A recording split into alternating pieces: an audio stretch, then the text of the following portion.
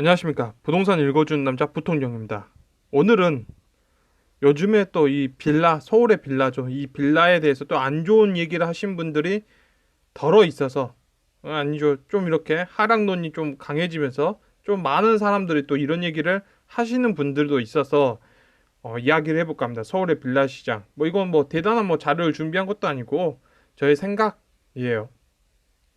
근데 제 생각은 아주 간단하게 제목에서 보시다시피 서울 빌라 시장은 안정적인 시장이에요. 예, 왜냐면 이것도 마찬가지인데 우리가 여기서 중요한 건 무엇이냐면 뭐 불법 건축물이라든지 뭐 용도가 주거가 아닌 막 그런 것들 있죠. 뭐 사무실로 써야 되는 우리가 이런 걸 제외하고 이런 것들 다 제외하고 서울의 빌라 시장 자체는 안정적인 시장이다.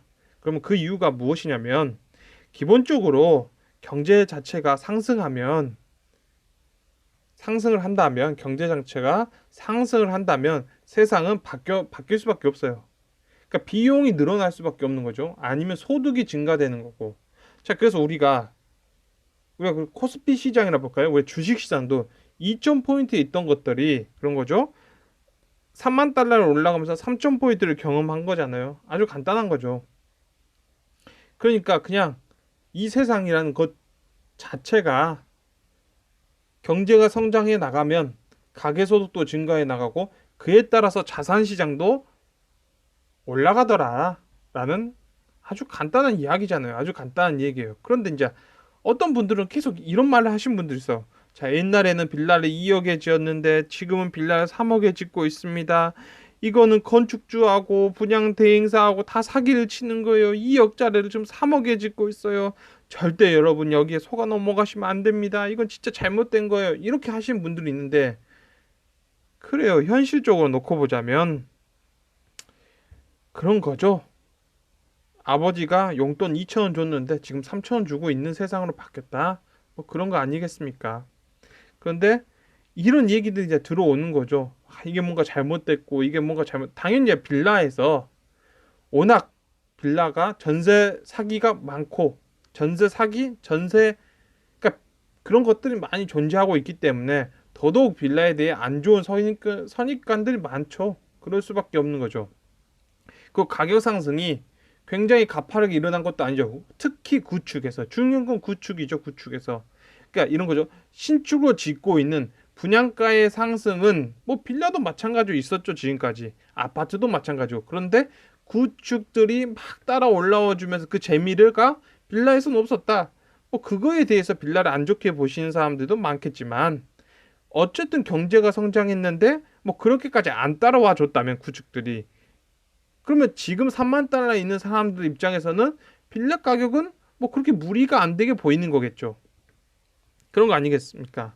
그래서 그러니까 빌라를 제외해 놓고도 세상이 얼마나 웃기냐면 이게 안 오른 거에 대해서 사람들을 가격이 굉장히 많이 오른 거는 그거에 대한 스토리를 다 맞춰줘요. 가격이 너무 많이 오른 것들은 다 스토리를 맞춰주는데 뭐 별로 안 오른 거에 대해서 사람들이 그걸 디스카운트 시키려는 노력을 굉장히 많이 해요. 이 세상이 그 참 웃긴 게 뭐냐면 뭐 우리가 2만 달러 국가 때 500원에 거래되고 있던 것이 뭐 최근 어떻게 해서 600원이 됐다요. 그 600원이 된 거예요. 그러면 사람들은 이 100원 올라간 거에 대해서 막 엄청나게 붕괴를 하는 거죠. 야, 이거는 잘못됐다. 이 인플레이션은 이거는 장기적으로 갈 수가 없다. 이건 단순이고 이거는 뭐 하반기 되면 뭐이 인플레이션 끝난다. 뭐 이렇게 하는 거죠. 그래서 이거는 가격 조정이 이루어져서 가고 500원으로 가야 된다. 막 이렇게 하는 사람들도 있어요. 막 이런 사람들도 있고 이거를 견디지 못한 사람들도 있죠. 어떻게 이게 600원이 됐냐? 이건 뭐가 잘못됐다. 아니면 이런 거죠. 야, 다른 건 다 1,000원 됐는데 이건 600원밖에 안 됐다. 야, 여기는 안 좋다. 이게 안 좋은 이유가 뭐다 이렇게 말하겠죠. 근데 현실적으로 놓고 보면 경제가 성장하면 대부분들이 따라 올라오게 돼 있어요. 경제 성장률에 근접하면서 따라 올라올 수밖에 없는 거죠. 그걸 초과해버린 것들이 항상 문제인 거예요. 그래서 우리가 그냥 이렇게 보면 과거에 500원 하던 것들이 우리가 이 당시 500원 하던 것들이 뭐 600원이 됐다 하면 그거는 우리가 이렇게 봐야 돼요. 그냥 어쩔 수 없는 현실이다. 그리고 이 600원이 더 갈 확률이 높다라고 보는 게 맞겠죠. 더 가는 확률이 높다. 700원, 800원까지 더 갈 확률이 높다라고 보는 게 맞아요. 왜냐면 200원 우리가 2만 달러 시대 때도 이 정도로 했기 때문에 3만 달러 시대로 가면 어쩔 수 없는 거죠. 어쩔 수 없는 현실이다라는 거예요. 이미 경제는 올라와 있고 우리의 소득도 이미 올라와 있는 거죠. 그건 현실이다라는 거예요. 그런 점에서 우리가 이렇게 놓고 보자면 대한민국이 성장한 이 경제에 따라서 뭐 올라오는 건 당연할 수밖에 없는 거죠. 그런데 우리가 여기서 뭐 아파트 시장 같은 경우는 굉장히 많이 올라왔고 그러다 보니까 서울에서 밀려난다 더 외곽으로 밀려난다 뭐 이런 얘기를 하는 거죠. 아파트 시장에서. 그런데 빌라 시장에서 우리가 지금 빌라 얘기를 하신 분들이 뭐 이런 얘기는 안 하죠. 나 서울 빌라에서 쫓겨났어. 경기도 빌라로 쫓겨났어. 계속 밀려나겠어. 경기도 빌라에서도 가면 갈수록 뒤로 밀려나겠어. 우리가 뭐 그런 얘기는 안 하잖아요. 그런 거죠. 그리고 서울에 있는 빌라를 우습게 쳐다보잖아요. 그건 무엇이냐면 서울의 빌라 가격이 뭐 옆으로 평행하고 있더라도 아니면 이게 살짝 반등하고 있더라도 그걸 우습게 보고 있는 건 무엇이냐? 우리가 2만 달러 국가에서 3만 달러 국가가 되면서 그 두렵게 않게 보는 거죠.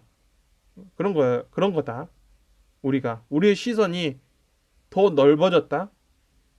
아니면 돈에 대한 감각이 2만 달러 국가에서는 그 정도 수준이었는데 3만 달러 국가로 되면서 가계 소득도 늘어나면서 그 눈이 더 넓혀지더라 라는 거였죠. 그래서 서울의 아파트의 분양가가 계속 올라가더라도 청약이 들어가고 할 수 있었던 원동력이 그런 거죠.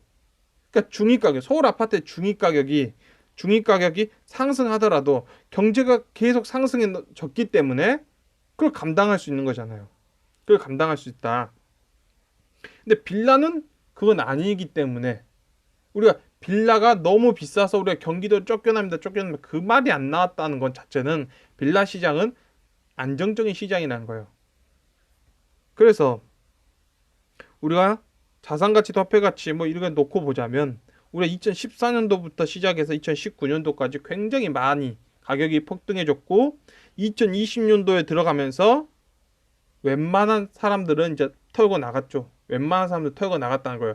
자기 자식한테 물려주던지 아니면 그거를 팔아버리든지 했죠. 그러고 나서 우리가 있는 이 지점은 어느 지점이냐면 크게 뭐 상속이 아니라 증여를 하든 뭐 어쩌든 지금 대한민국의 현실은 2009년도 정도 수준일 거예요. 그러니까 더 이상 한계에 부딪혔다고 보시면 돼요. 3만 달러 국가의 한계에 부딪혀 있는 단계다. 이게 뭐 질병 사태가 기든 아니든 2017년도와 비슷한 단계에 들어가 있는 거예요. 지금 놓고 보자면 대한민국의 경제는 2017년도에서 지금 2017년도에서 2022년도까지는 거의 갇혀 있다. 있는 거죠. 갇혀 있는 거죠. 갇혀 있던 거예요. 근데 여기에서 이런 경제 성장을 해준 것보다 더 많이 올라가 버린 곳이 어디냐라고 한다면 아파트잖아요. 아파트. 그게 아파트다라는 거예요. 그럼 그 아파트는 정부 정책이 어쩌냐를 떠나서 3만 달러 국가에서도 위기가 오는 거죠. 그런 위기를 아파트 시장이 견뎌낼 수 있겠냐라고 한다면 그건 힘들죠. 그건 힘들다. 그러면 아파트 시장이 그렇게 하락세를 가질 때 그럼 빌라 시장도 동반으로 빠질 거냐라고 한다면 우리가 여기서 빌라 가격이 아파트 가격처럼 오르지도 않았는데 그런 거겠죠. 그런 것들이 뭐 하단폭이 어디 있겠어요. 그런다 해서 빌라 가격을 놓고 우리가 인 거죠. 빌라 가격과 월세 가격을 놓고 봤을 때 그럼 어쩌겠어요. 여기서 뭐 빌라 가격이 더 빠지면 뭐 수익률 10%란 거예요? 빌라 수익률 10%야? 아니 그러면 대한민국의 경제 성장률이 1%죠. 많아봤자 2%일 거예요. 앞으로는 많아봤자 2%다. 1% 2%인데 뭐 수익률이 10% 나오면 은행 이자보다 훨씬 좋겠네요. 은행 이자가 지금 대한민국 은행 이자가 그런 거죠. 기준금리가 3% 가면 대한민국 발작 날 건데 야 10%라면 그런 거죠. 여기서 빌라 가격이 더 빠진다 한다면 그래서 그런 지점에서 놓고 봤을 때 그래요. 어차피 서울 안에서 살아야 될 사람들은 존재하는 거죠. 어쩔 수 없는 거고. 그런다 해서 빌라가 나쁘단다 해서 그럼 그 사람들이 안 사냐? 그것도 아니잖아요. 그냥 빌라가 나쁘다는 거는 아파트에 비해서 수익률이 떨어졌다. 시세 차익이 떨어져서 그런 거고. 이런 시세 차익이 또 여기 재개발한다면 또 막 미치도록 올라가잖아요. 미치도록 올라가요. 그 말은 무엇이냐면 우리가 흔히 말해서 서울의 아파트 분양가 정도는 사람들이 할 수 있다는 거예요. 할 수 있다. 라는 거죠. 그 정도 안에서 있는 것들은 뭐 그냥 안정적으로 존재하고 있다라는 거죠. 그런데 서울 아파트 분양가보다 훨씬 높이 있는 것들은 그게 이제 힘드는 거예요. 왜냐하면 이 분양가 수준이라는 게 그 나라의 어떤 정규직들이 갈 수 있는 거예요. 이게 중요한 게 이게 정규직들이 갈 수 있는 수준 정도예요. 수준이다. 라고 보시면 될 것 같아요. 그게 그런 거죠. 그래서 오늘은 뭐 서울 빌라 시장에 대해서 굉장히 나쁜 말들 하시는 분들이 많은데 뭐 오른 것도 없는데 여기서 더 떨어지려면 그런 거죠. 뭐 수익률이 너무 높아지잖아요. 그러면 빌라 수익률이. 그래서 뭐 빌라는 뭐 그냥 안정적인 시장이다. 이렇게 보시면 될 것 같아요. 그냥 안정적이다라는 거죠. 뭐 이렇게 보시면 될 것 같고. 근데 그런 거 있어요. 맞다 이 부분에서 경제 성장 여기서 멈춰 있잖아요. 멈춰 있는 게 보이죠? 지금 대한민국 경제 이게 멈춰 있는 게 보이잖아요. 자, 이 말은 무엇이냐면 빌라의 신규 분양가도 아마 이 정도에서 멈춰야 되는 거죠. 이 정도에서 멈춰야 된다라는 거죠. 여기서 더 올라가면 뭐 힘들어지는 거죠, 뭐. 그래서 여기 정도 수준이다. 정도겠죠. 여기서 여기 올라간 정도 수준이다. 그 정도 수준이다라고 보시면 될 것 같아요. 그래서 현 시점은 그냥 지금의 현 시점은 서울 빌라 가격은 아마 안정적인 시장이다 정도로 오늘 영상을 마치도록 하겠습니다. 지금까지 시청해 주셔서 너무나 감사합니다.